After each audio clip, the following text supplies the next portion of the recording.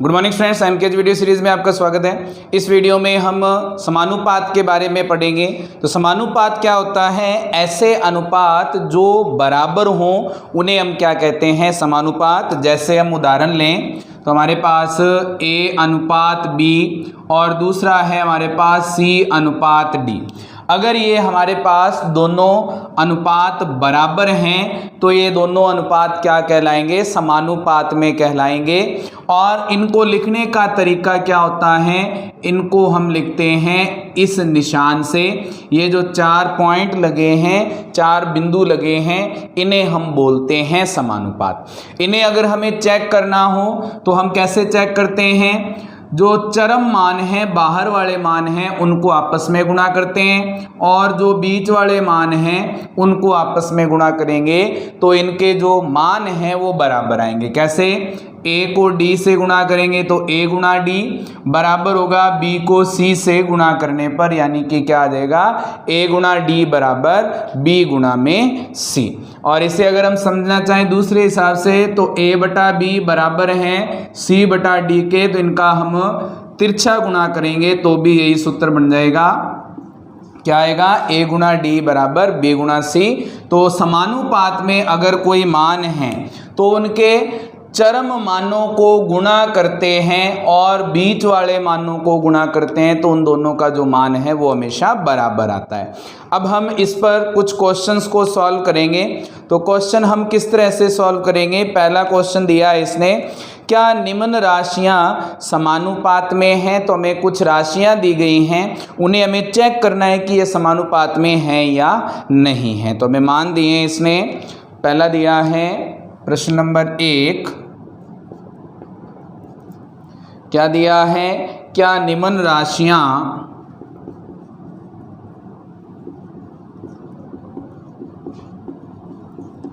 समानुपात में हैं? तो हमें ये चेक करना है कि समानुपात में है या नहीं। तो ए पार्ट इसके लिए दिया है इसने 15, 45, 40 और 120। ये संख्याएं हैं। इन्हें चेक करने के लिए चरम मानों को आपस में गुणा कर देंगे और मध्य मानों को आपस में गुणा करके देखेंगे। तो 15 को हमें गुणा करना है 120 से, गुणा करेंगे 0, 30 3 अंसिल 1800।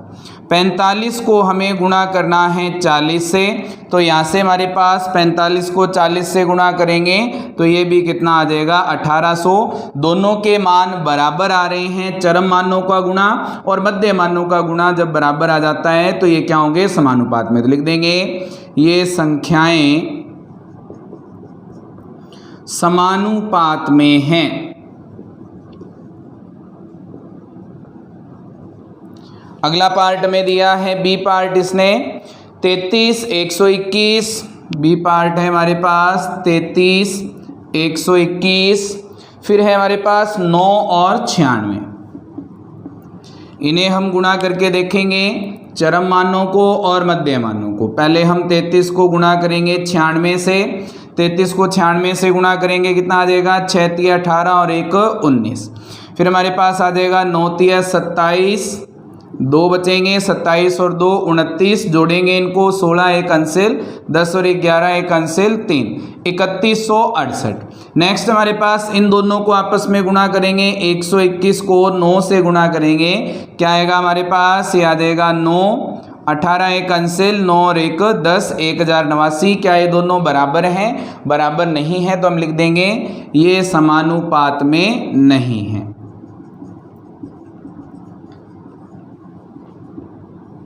नेक्स्ट हमारे पास है तीसरा पार्ट इसका सी पार्ट। सी पार्ट हमें क्या दिया है इसने? सी पार्ट हमें दिया है 24, 28, 36 और 48। तो सी पार्ट है 24, 28, 36 और 48।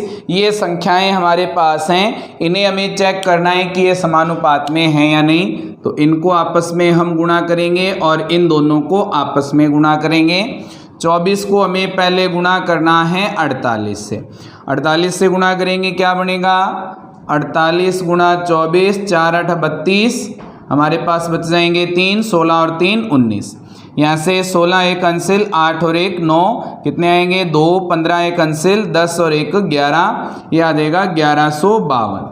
नेक्स्ट हमारे पास है 28 को गुणा करना है 36 से। 28 को 36 से गुणा करेंगे तो क्या बनेगा 36 गुणा 28, 8 छिका 48, 4 24 और 4 28। इधर 12 एक अंसिल, 6 और 1 7, यहाँ से 8 10 एक अंसिल, 9 और 1 10, कितना आ जाएगा 1008। क्या ये दोनों बराबर हैं? दोनों बराबर नहीं हैं, इसलिए ये समानुपात में नहीं है। तो लिख देंगे ये समानुपात में नहीं है। तो हमारा सी पार्ट कंप्लीट हो गया। अब हम इसका डी पार्ट हल करेंगे। डी पार्ट इसने क्या दिया है हमें? डी पार्ट में संख्या दी है 32, 48, 70 और 210।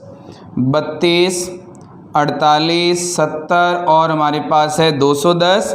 इनके लिए भी पहले चरम मानों का गुणा करके देखेंगे। 32 गुणा 210, 32 को 210 से गुणा करेंगे 0, 32 3 बचेंगे, 64 और 3 67, कितना आ गया 6720।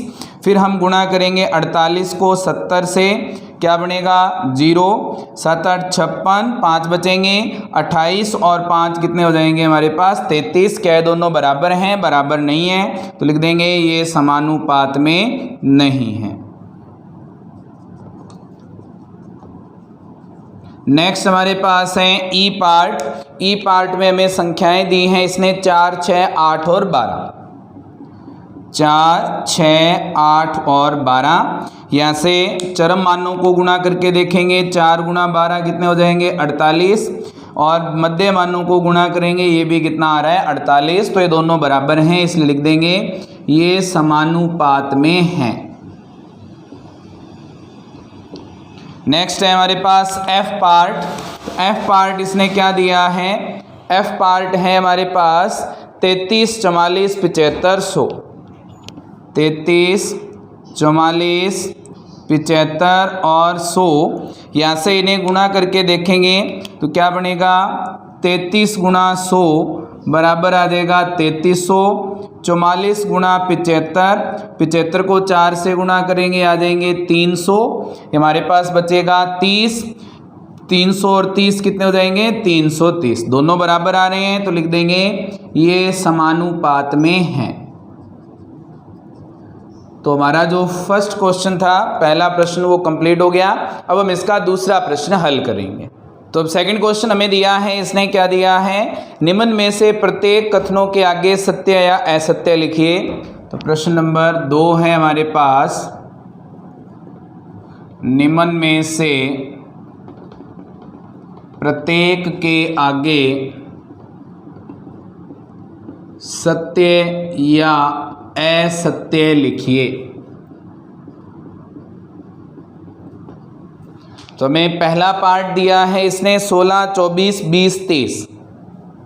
ए पार्ट है 16 अनुपात 24 समानुपात 20 और अनुपात है हमारे पास 30।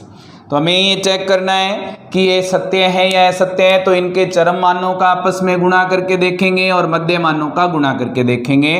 तो 16 गुणा 30 कितना बनेगा 480, और 24 गुणा 20 इसका मान भी कितना आ रहा है 480। तो ये क्या है हमारे पास सत्य है। नेक्स्ट है हमारे पास बी पार्ट इसका। बी पार्ट में हमारे पास जो संख्याएं दी हैं वो है हमारे पास 21, 6, 35, 10। 21, 6, 35 और हमारे पास है 10। इनको गुणा करेंगे आपस में तो क्या बनेगा 21 गुणा 10 कितना होगा 210। 6 गुणा 35 कितना होगा, ये भी हमारे पास आ जाएगा 210। दोनों बराबर हैं, इसलिए ये क्या है सत्य है। फिर हमें सी पार्ट दिया है इसका। सी पार्ट में कहा है 12, 18, 28, 12। 12, 18 समानुपात का निशान है, 28 और हमारे पास है इसमें 12। इनको गुणा करेंगे तो चरम मानों को गुणा करेंगे, क्या बनेगा 12 गुणा 12 144। 18 गुणा 28 गुणा करेंगे 18 8 होते हैं 144। ये हमारे पास बच जाएंगे 14, 18 दूना 36 और 14 कितने हो जाएंगे, ये आ जाएंगे हमारे पास 50। क्या दोनों बराबर हैं, बराबर नहीं है, तो इसलिए ये क्या है, असत्य है। उसके बाद हमारे पास डी पार्ट दिया है इसने। डी पार्ट में कौन सी संख्याएं दी हैं, 8, 9, 24, 27। 8, 9, 24 और 27 इन्हें हम चेक करेंगे। तो हम पहले चरम मानों को गुणा कर लेंगे, कितना आएगा, 56, 5 बचेंगे, 16 और 5 21। 9 को गुणा करेंगे 24 से, 9 चौक 36, 3 बचेंगे, 18 और 3 21, दोनों बराबर आ रहे हैं, तो ये क्या है, सत्य है। नेक्स्ट हमारे पास है ई पार्ट इसका। ई पार्ट में हमारे पास जो संख्याएं दी हैं 5.2, 3.9, 3 और 4। 5.2, 3.9 समानुपात 3 और 4, इन्हें हमें चेक करना है कि हमारे पास ये समानुपात में है या नहीं। तो चरम मानों को गुणा करेंगे, 5.2 गुणा 4 कितना आएगा, 8 और 20, 20.8।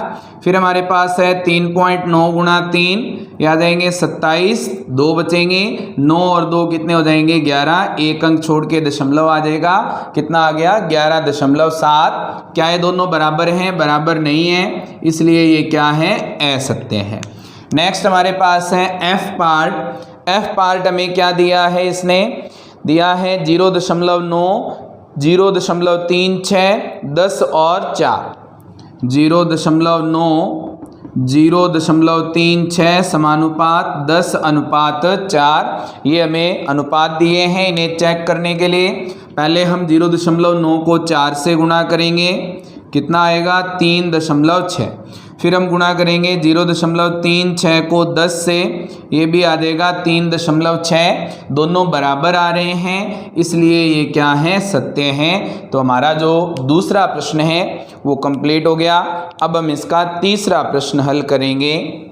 तो तीसरा प्रश्न जो हमें दिया है, पहले हम उसे लिखेंगे और उसके बाद फिर हम उसे हल करेंगे। तो तीसरा प्रश्न क्या दिया है इसने, तीसरा प्रश्न दिया है, क्या निम्न कथन सत्य हैं या सही हैं। तो हमारे पास प्रश्न नंबर 3 दिया है, क्या निम्न कथन सही है। तो हमारे पास ए पार्ट इसने दिया है, 40 व्यक्ति अनुपात 200 व्यक्ति, 40 व्यक्ति अनुपात 200 व्यक्ति बराबर हैं हमारे पास 15 रुपये अनुपात 75 रुपये, 15 रुपये अनुपात 75 रुपये।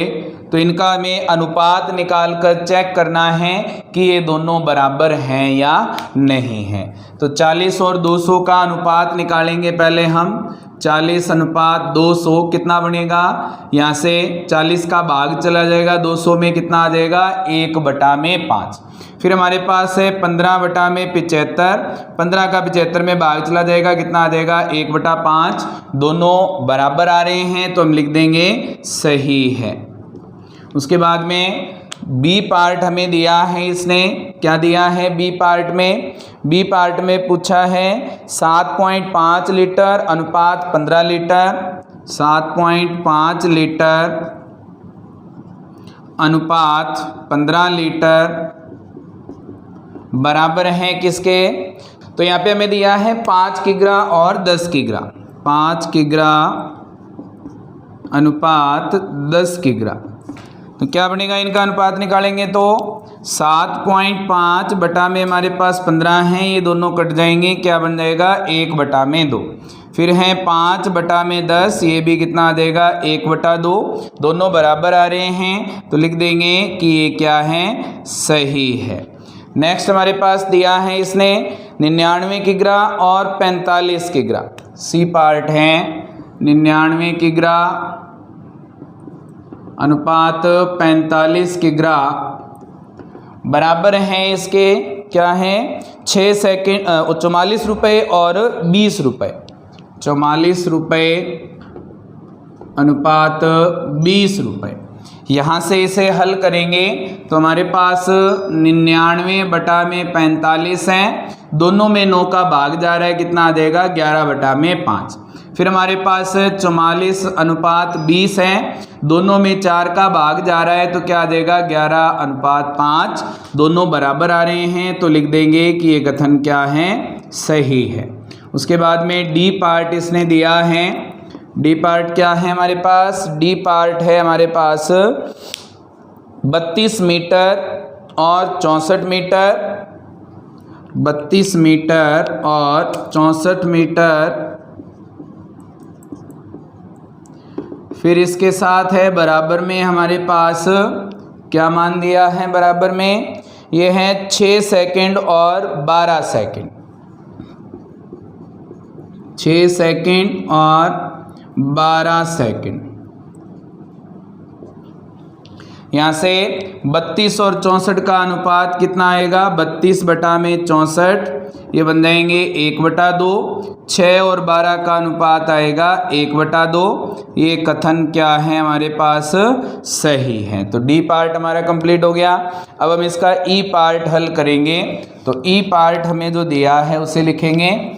ई पार्ट क्या दिया है हमें, इसने दिया है 45 किमी और 60 किमी। ई पार्ट में है 45 किमी अनुपात 60 किमी, बराबर है हमारे पास 12 घंटे और 15 घंटे, 12 घंटे अनुपात 15 घंटे। इनका अनुपात निकालेंगे पहले हम। 45/60, इन दोनों में 15 का भाग जा रहा है, 15 × 45, 15 × 4 60।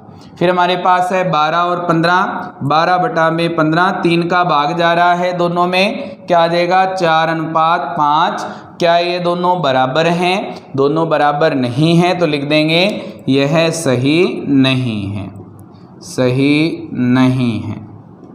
तो हमारा जो तीसरा प्रश्न है वो कंप्लीट हो गया। अब हम इसका चौथा प्रश्न हल करेंगे।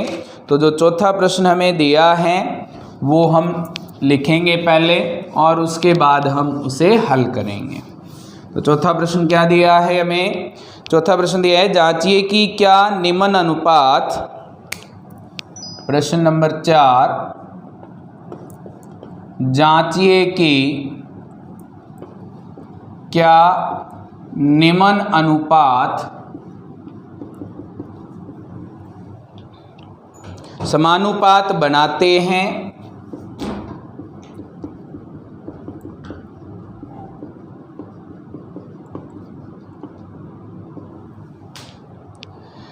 यदि समानुपात बनता हो तो,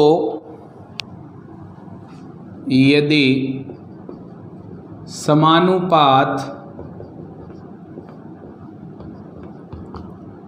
बनता हो तो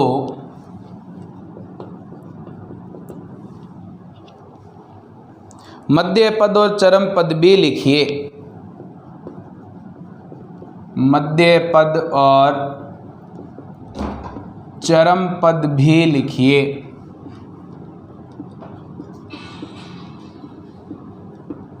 तो पहला पार्ट हमें दिया है इसने 25 सेंटीमीटर अनुपात 1 मीटर और फिर हैं 40 रुपये और 160 रुपये। तो हमारे पास क्या बनेगा 25 सेंटीमीटर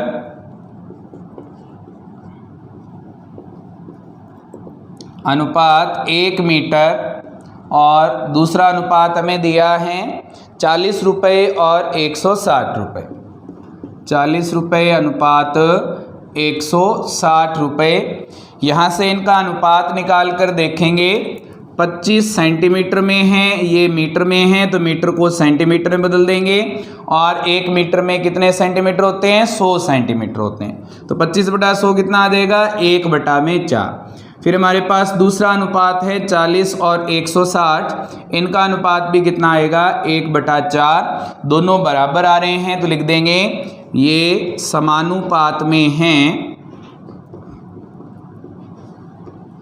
और अगर ये समानुपात में हैं तो इसके लिए चरम मान क्या बनेंगे, चरम मान हमारे पास आ जाएंगे 25 और 40।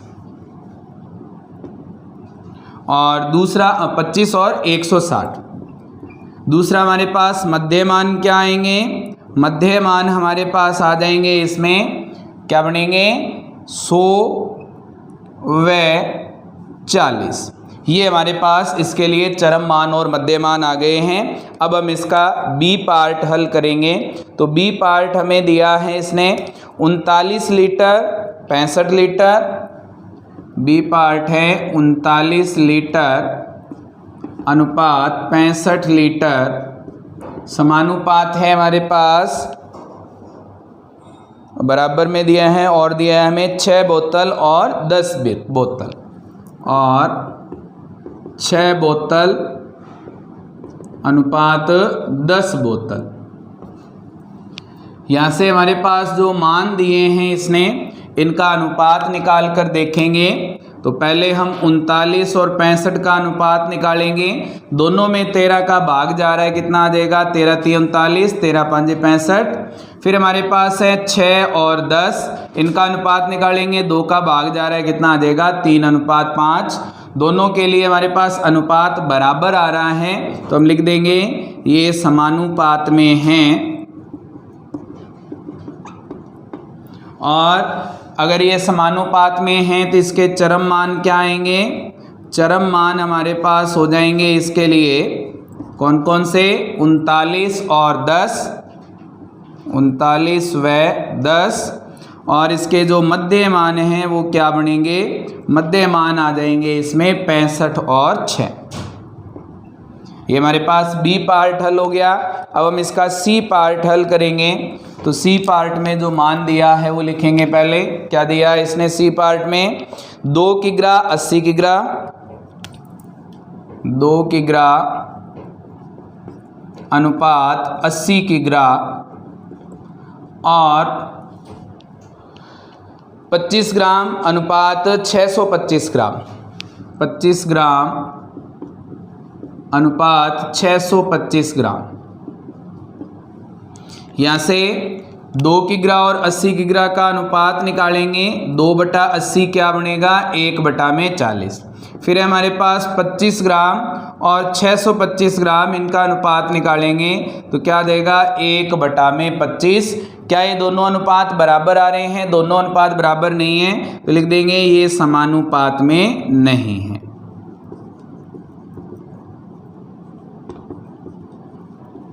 तो हमारा सी पार्ट कंप्लीट हो गया। अब हम इसका डी पार्ट हल करेंगे। तो जो डी पार्ट में मान दिया है वो लिखेंगे और दोनों के अनुपात निकालेंगे। डी पार्ट में क्या दिया है 200 मिली अनुपात 2.5 लीटर, 200 मिली अनुपात 2.5 लीटर। और हमारे पास 4 रुपये अनुपात 50 रुपये, 4 रुपये अनुपात 50 रुपये, इनका अनुपात निकालना है। तो अनुपात निकालने के लिए ये तो 200 मिली में दिया है और 2.5 दिया है लीटर में। तो लीटर को मिलीलीटर में बदलने के लिए किससे गुना करते हैं 1000 से, तो कितने हो जाएंगे 2500 मिली। ये बराबर में 2 जीरो से 2 जीरो कट जाएगा, क्या आ जाएगा 2/25। उसके बाद हमारे पास है 4 रुपये और 50 रुपये, 2 के पाड़े से कट रहे हैं दोनों, क्या आ जाएगा 2/25। दोनों बराबर हैं इसलिए हम लिख देंगे कि ये समानुपात में हैं, ये समानुपात में हैं।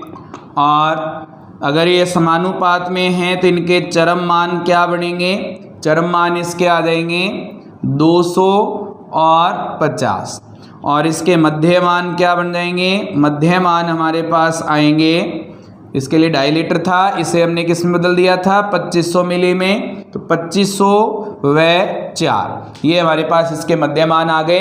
तो इसका हमारा डी पार्ट कंप्लीट हो गया। इसके साथ ही हमारा जो जो प्रश्नावली 12.2 है वो कंप्लीट हो गई है। अब हम इसकी नेक्स्ट प्रश्नावली स्टार्ट करेंगे, प्रश्नावली 12.3।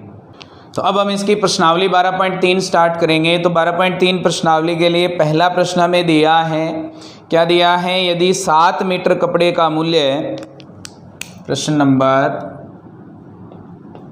1, यदि 7 मीटर कपड़े का मूल्य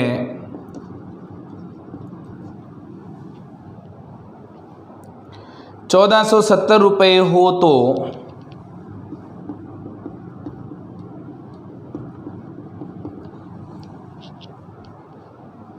पाँच मीटर कपड़े का मूल्य ज्ञात कीजिए। 5 मीटर कपड़े का मूल्य ज्ञात कीजिए। तो हमारे पास दिया है इसने 7 मीटर कपड़े का मूल्य कितना है, ये है 1470 रुपये। तो हमें इसे एक एक विधि से हल करना है। एक एक विधि का मतलब है कि अगर हमें ज़्यादा का मूल्य दिया हो और उसके लिए हम एक का मूल्य निकाल लेंगे, एक का मूल्य आने के बाद में जिसके लिए पूछा है उससे हम उसे गुणा कर देंगे। तो क्या बनेगा हमारे पास, 1 मीटर कपड़े का मूल्य कितना हो जाएगा, 1 मीटर कपड़े का मूल्य ये हमारे पास हो जाएगा 1470 बटा में कितना है 7, ये हमारे पास आ जाएंगे कितने, अगर भाग देंगे तो 7 दूनी 14 बच जाएगा हमारे पास 7, 7 एकम 7 कितना आ जाएगा 210 रुपये। तो अब 1 मीटर कपड़े का मूल्य आ गया। अब हमें कितने मीटर कपड़े का मूल्य ज्ञात करना है, 5 मीटर कपड़े का। तो 5 मीटर कपड़े का मूल्य क्या बन जाएगा हमारे पास, 1 मीटर का है 210, तो 5 का कितना हो जाएगा, गुणा कर देंगे इसे, क्या आएगा 0, 5 और 10 कितना आ जाएगा 1050 रुपये। तो हमारा जो पहला प्रश्न है वो कंप्लीट हो गया। अब हम इसका दूसरा प्रश्न हल करेंगे। तो दूसरा प्रश्न क्या दिया है इसने, प्रश्न नंबर 2, एकता 10 दिन में 3000 रुपये अर्जित करती है। एकता 10 दिन में रुपये 3000 अर्जित करती हैं।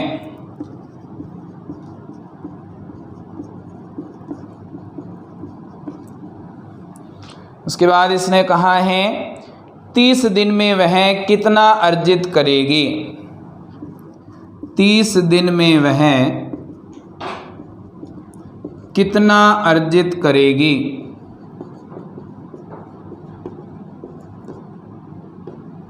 तो हमें दिया है इसने कि 10 दिन में वो 3000 रुपये अर्जित करती है, तो 30 दिन में कितना अर्जित करेगी। तो इसके लिए 10 दिन में अर्जित करती हैं कितने रुपए, 3000 रुपये। तो 1 दिन का हम निकाल लेंगे मान, 1 दिन में अर्जित करेगी, 1 दिन में कितना अर्जित करेगी, 1 दिन के लिए हम क्या दे देंगे, भाग। तो 3000 में 10 का भाग देंगे, कितने आ जाएंगे 300 रुपये। अब 30 दिन में पूछा है तो 30 से इसे गुणा कर देंगे। 30 दिन में अर्जित करेगी, कितना अर्जित करेगी, 300 गुणा हमारे पास है 30, क्या बनेगा 9000 रुपये। तो हमारा जो दूसरा प्रश्न है वो भी कंप्लीट हो गया। अब हम इसका तीसरा प्रश्न हल करेंगे। तो तीसरा प्रश्न हमें दिया है इसने, उसे हम लिखेंगे पहले और फिर हम उसे हल करेंगे। तो तीसरा प्रश्न क्या है, तीसरा प्रश्न है हमारे पास, यदि पिछले 3 दिन में, प्रश्न नंबर 3, यदि पिछले 3 दिन में 276 मिमी वर्षा होती हैं,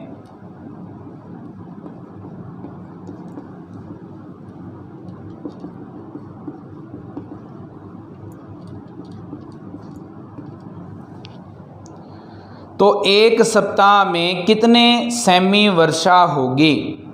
तो 1 सप्ताह में कितने सेमी वर्षा होगी।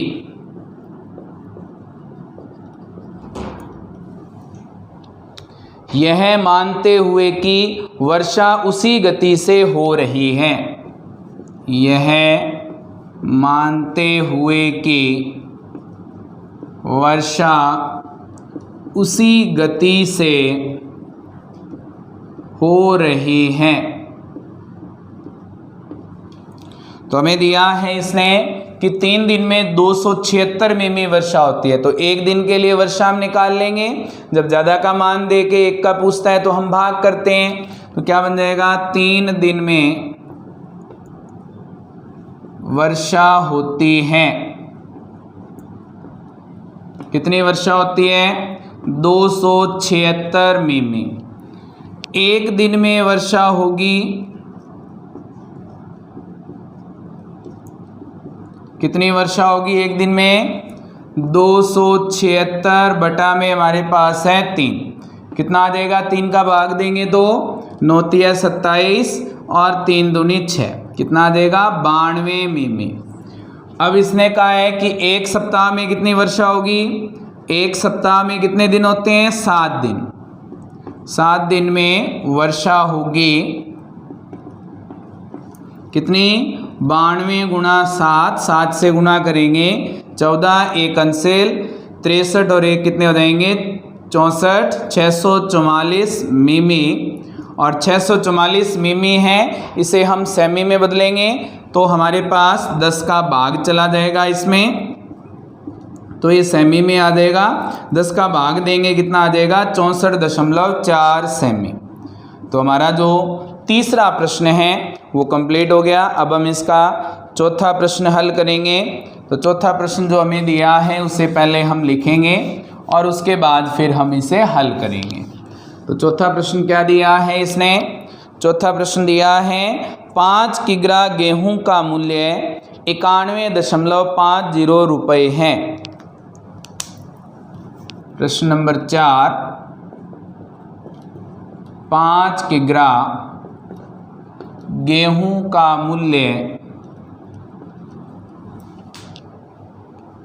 91.50 रुपये है। तो पहला पार्ट दिया है 8 किग्रा गेहूं का मूल्य क्या होगा। 8 किग्रा गेहूं का मूल्य क्या होगा। तो अब इसने कहा है कि 8 किग्रा गेहूं का मूल्य क्या होगा। तो इसके लिए पहले हम 1 किग्रा का मूल्य निकाल लेंगे, उसके बाद 8 का निकाल लेंगे। क्या बनेगा, 5 किग्रा गेहूं का मूल्य ये है 91.50 रुपये। तो 1 किग्रा गेहूं का मूल्य क्या होगा, ये बन जाएगा 91.50 बटा में हमारे पास है कितना 5। 5 से भाग देंगे कितना आ जाएगा, 18 5 90, बच जाएगा 1, 5 तिया 15, कितना आ जाएगा 18.30 रुपये। अब इसने कहा है कि 8 किग्रा गेहूं का मूल्य है, तो 8 किग्रा गेहूं का मूल्य क्या हो जाएगा, ये हो जाएगा हमारे पास 18.30 गुणा में हमारे पास है 8। गुणा करेंगे 0 24 2 अंशेल 64 और 2 कितने हो जाएंगे 66, 6 अंशेल 8 और 6 कितने हो जाएंगे 14, 146.40 रुपये की 8 किग्रा गेहूं आएगी। उसके बाद में हमारे पास बी पार्ट इसने पूछा है। क्या पूछा है बी पार्ट में, बी पार्ट में कहा है इसने 183 रुपये में कितना गेहूं खरीदा जा सकता है। 183 रुपये में कितना गेहूं खरीदा जा सकता है।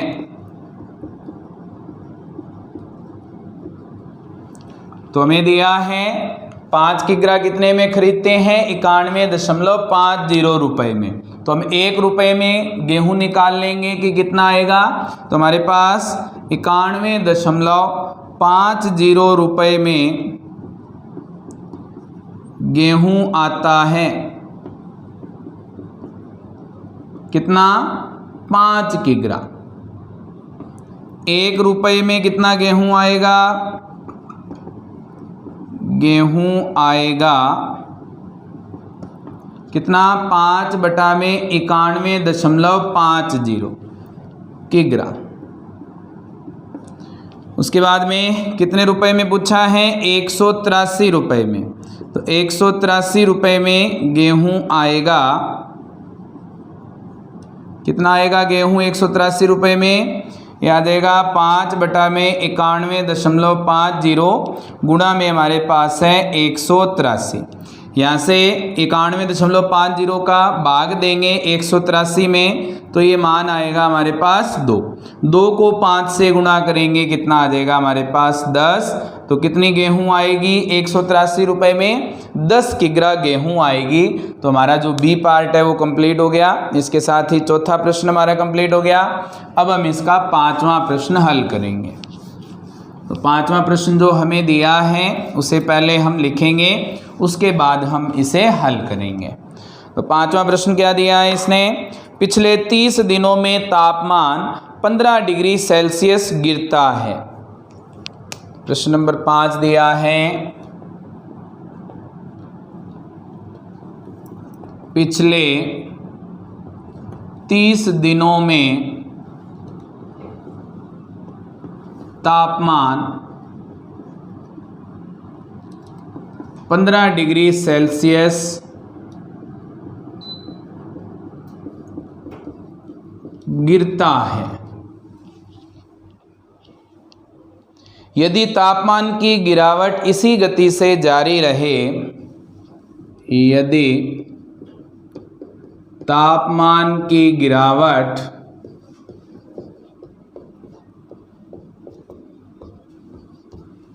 इसी दर से या इसी गति से जारी रहे, तो अगले 10 दिनों में तापमान कितने डिग्री गिरेगा? अगले 10 दिनों में तापमान कितने डिग्री गिरेगा?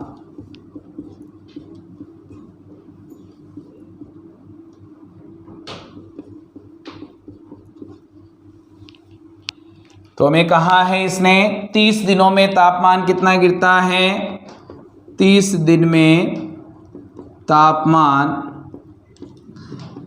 गिरता है कितना? 15 डिग्री सेल्सियस। फिर 1 दिन में कितना गिरेगा? 1 दिन में तापमान गिरेगा कितना? तापमान गिरेगा 15/30 डिग्री सेल्सियस। यहाँ से हमारे पास 15 से 30 कट जाएगा, याद आएगा 1/2 डिग्री सेल्सियस। ये हमारे पास 1 दिन में जो तापमान गिरेगा उसका मान आ गया। 10 दिन में कितना गिरेगा? 10 दिन में तापमान गिरेगा कितना? तापमान गिरेगा 10 दिन में, याद आएगा हमारे पास 1/2 गुणा में 10 डिग्री सेल्सियस। 2 से 10 कट जाएगा, कितना आ जाएगा? 5 डिग्री सेल्सियस। तो हमारा जो 5वां प्रश्न है वो कंप्लीट हो गया है। तो इस वीडियो में हम इतने क्वेश्चन करेंगे, आगे वाले क्वेश्चन हम नेक्स्ट वीडियो में करेंगे। उम्मीद है कि आपको ये वीडियो पसंद आई होगी। फिर भी कोई प्रॉब्लम है तो आप इसे चैट बॉक्स में लिख करके बता सकते हैं। Thank you students.